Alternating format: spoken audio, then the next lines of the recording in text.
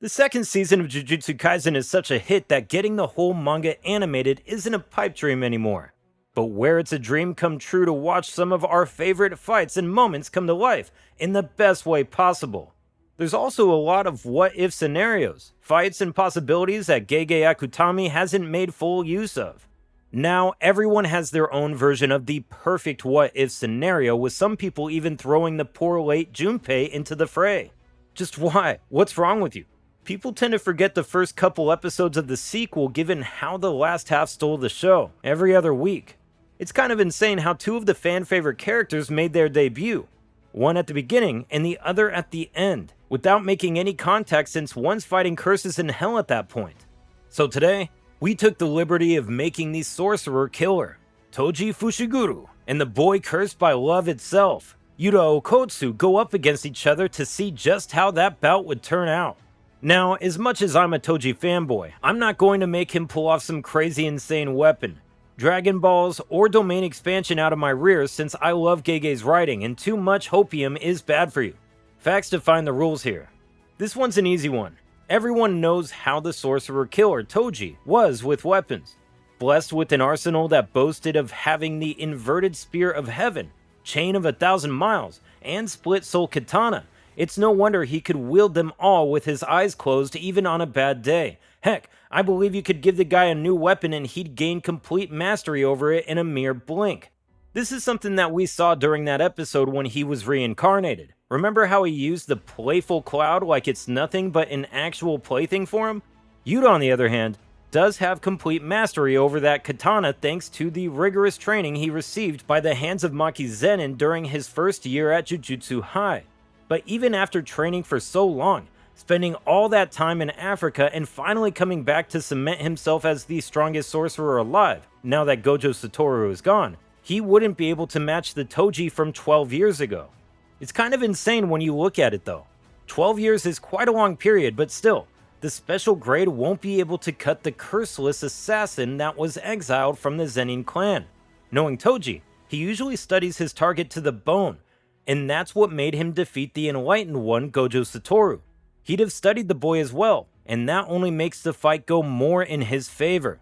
For now, we'll have to give the point to Toji given his mastery over weapons is something Yuta might be able to surpass, but just hasn't done so at this point. This is more of a no contest domain. Putting up a special grade against someone who can't use cursed energy would be illegal and punishable by death itself. But when the curseless being is Toji Fushiguro, things might not go down the conventional route, right?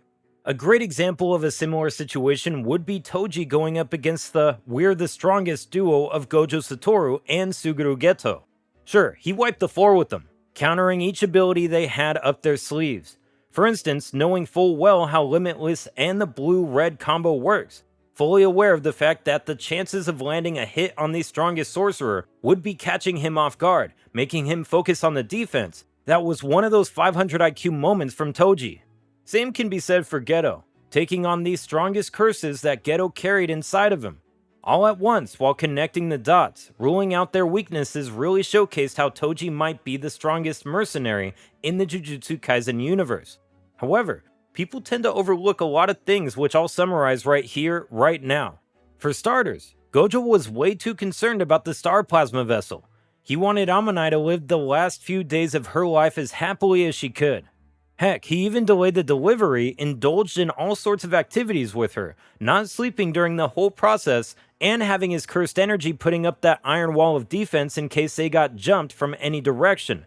That and his cocky attitude, it's safe to say that Gen Z might be the best definition that defines the Enlightened One. So my point here is that the mere idea of Toji being able to get the best of his special grade is just absurd. Cursed energy comes in all shapes and sizes. We're seeing blood arts, elemental sorcery, cursed spirits, domain expansions, you name it. There's no way Toji can counter any of that when it's at the maximum level. It's been mentioned by Gojo himself that Yuta would be the one who surpasses him. And with the former being dead, it's safe to assume that's how it is now. With all that cursed energy that he has, using that cursed speech to halt Toji would make it harder for the sorcerer killer to even move a muscle. Sure, Toji is inherently resistant to cursed energy, as was evidenced during his fight with Gojo, when he was able to take the red-blue without sustaining much damage. But still, if Yuta decides to go overboard and let the man have a taste of the infinite amount of cursed energy that he possesses, he's a dead man no matter how fast he is on his feet. As I mentioned, the two characters fight in completely different ways, and having a special grade cursed user going up against a Superman with no abilities is just downright crazy. Also, we can't make the past Toji take up the past Yuta or vice versa in the future, given Yuta was probably a normal human playing with Rika when Toji was slamming sorcerer heads left and right, and with Toji now dead, the current new and improved Yuta just can't come face to face with Toji coming for his head.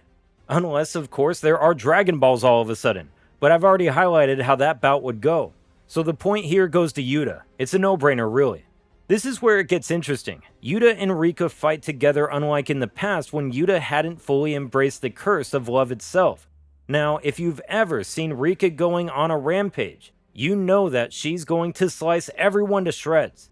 We can have Toji make full use of the inverted spear from heaven, make the forced release of a cursed technique, which could make Toji get that one-up against every other sorcerer that the Jujutsu world has to offer. But that just doesn't work in the case for Rika. You see, the point that not a lot of people understand is the fact that Rika is not Yuta's cursed technique. For reference, if you look at chapters 178 and 179, it's clearly shown that even after the domain expansion, Rika is right there. It's also later emphasized, and that clears any doubt that the readers might have. So, making the forced release of Rika is something that's not happening at all. Toji going up against Rika would only mean the former having a death wish, trying to defy one of the strongest cursed spirits just like he wanted to take down the strongest sorcerer in Gojo's case. Recall how things ended back in Jujutsu Kaisen 0. Sure, every sorcerer was pouncing upon Geto, trying to have a piece of him given how he had betrayed the Jujutsu world.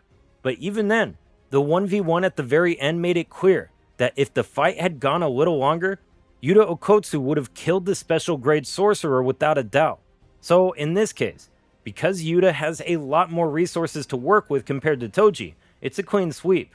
It's a shame we didn't get to see more of Toji. The man exiled from the zen'in clan because of having no cursed energy could have been a vital resource to the Jujutsu universe given his fighting skills could surely make him replace the likes of Nanami and Kusakabe. But if you think of it like that, I doubt a Toji without hatred and malice would have amounted to anything at all, let alone the sorcerer killer we saw the first couple of episodes of the new season. It's a shame he had to go away so soon, but despite the fanboying, Yuta is just superior in every aspect other than close quarters combat and mastery over the weapon. And before anyone comes up with something stupid like, just go for a human versus human brawl where anything cursed related is banned, just don't. Fights in Jujutsu Kaisen are supposed to be ruthless, and the creator making death a common occurrence just goes off to show how they focus on nothing but bringing out the very story that exists inside of their head. In my opinion, tragic deaths add a lot more meaning to different anime series, and at the end of the day, that helps the character and the series as far as the fandom is concerned. But that's a topic for another day. Yuta wins this round, and even manages to come out of it without losing an arm or something. Sure, he has some scratches and cuts here and there, but nothing he can't take care of as you're aware. Alright guys, that's it for the video. Let us know if that's how you think this fight would go down. Otherwise, in case you think Toji would come out on top, feel free to let us know how. Also, do you agree that Gege killed Toji too soon? Would he contribute a lot more to the Jujutsu Kaisen universe if he wasn't dead? Ja ne!